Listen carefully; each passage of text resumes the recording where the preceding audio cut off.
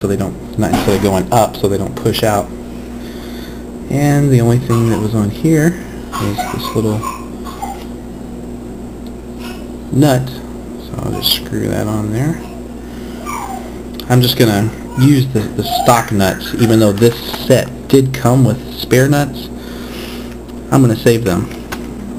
So I'm just screwing this on just enough to where it's in place and can hold. Pulling it all the way through.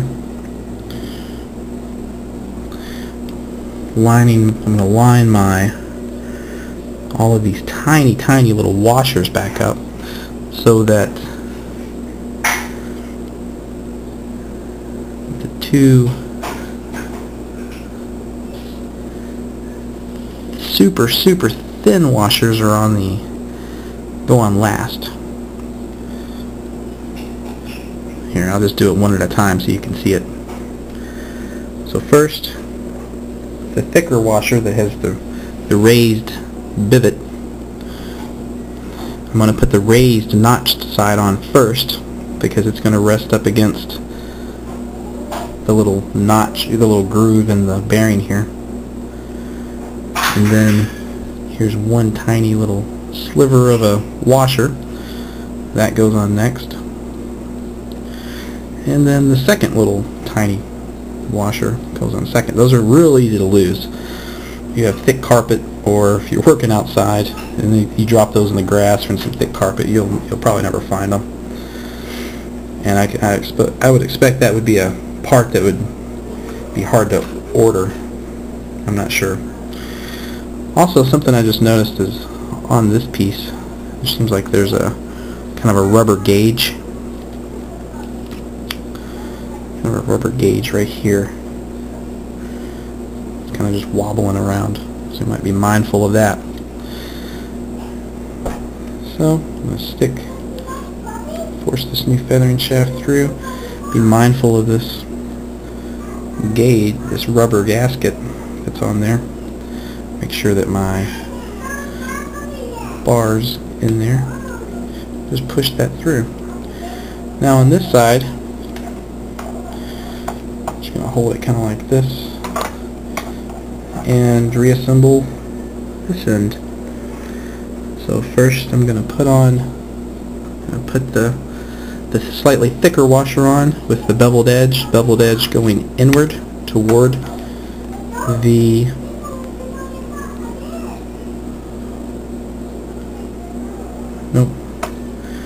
Alright, this side is the exact opposite because you want the tiny washers to go on first. So I have both of the tiny little washers here. It's hard to see because I can barely hold them. I put both of the tiny little washers on first. See, they're on there. Just slide those guys down. Now put the beveled washer on so that the beveled part is going to be facing this. So the bevel side's facing that way because we want the raised bevel or raised side touching the gear, not the gear but the bearing piece right there. And we're just going to push that on. Alright, so now the only thing left to do is to put our bearing back in, because on this one the bearing came out with the washer. So the bearing is going to face inward in here. And this is where it gets a little tricky because I'm dealing with these small pieces. So I think I'm going to move the camera. I'm going to get my tool set here.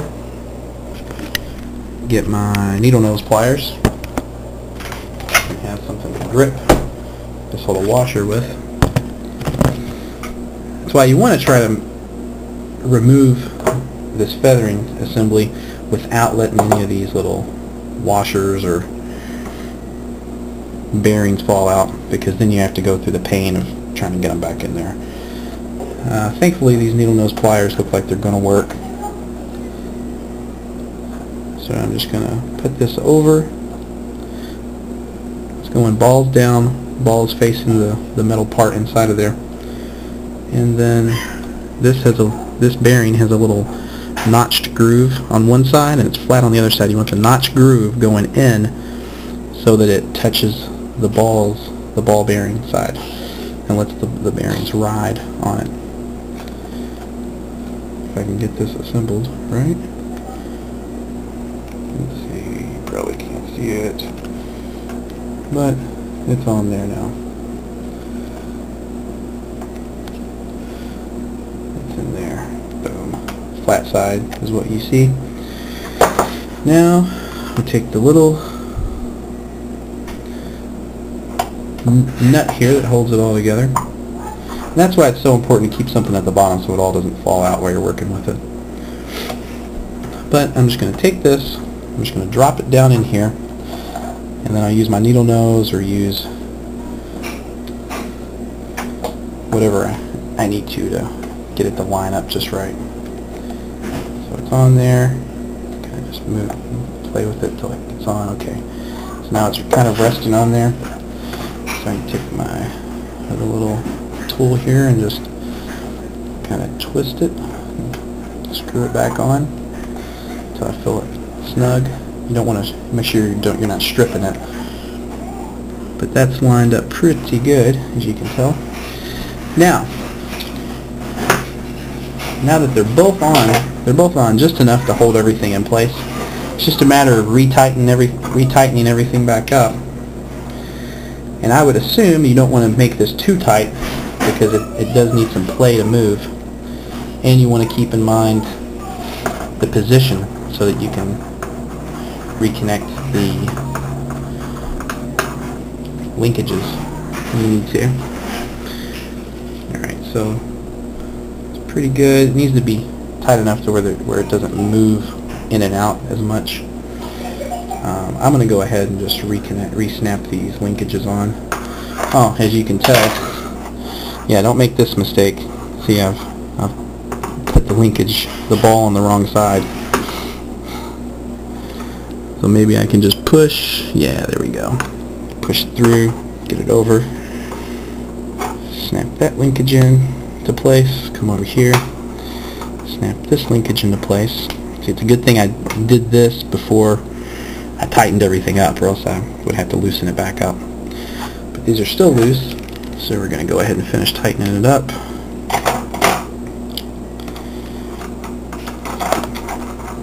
And of course, this bit is made to go in any one of these pieces. You just loosen up a little nut there, slide the old one out, slide this one in.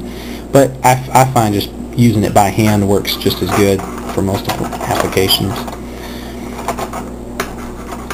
So we just keep tightening both of these until it feels like it's snug.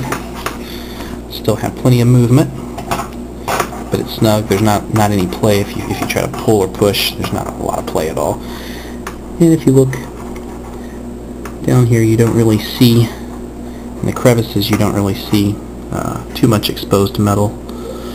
I don't know. I guess I did it right. Looks right to me. But that's how you replace the feathering shaft. So hopefully you saw everything clearly on the video. It wasn't too blurry. And hopefully you don't have to replace too many of these, but as I understand it, that is a common breaking point, and we'll have to do that at some point. Alright, thanks for watching.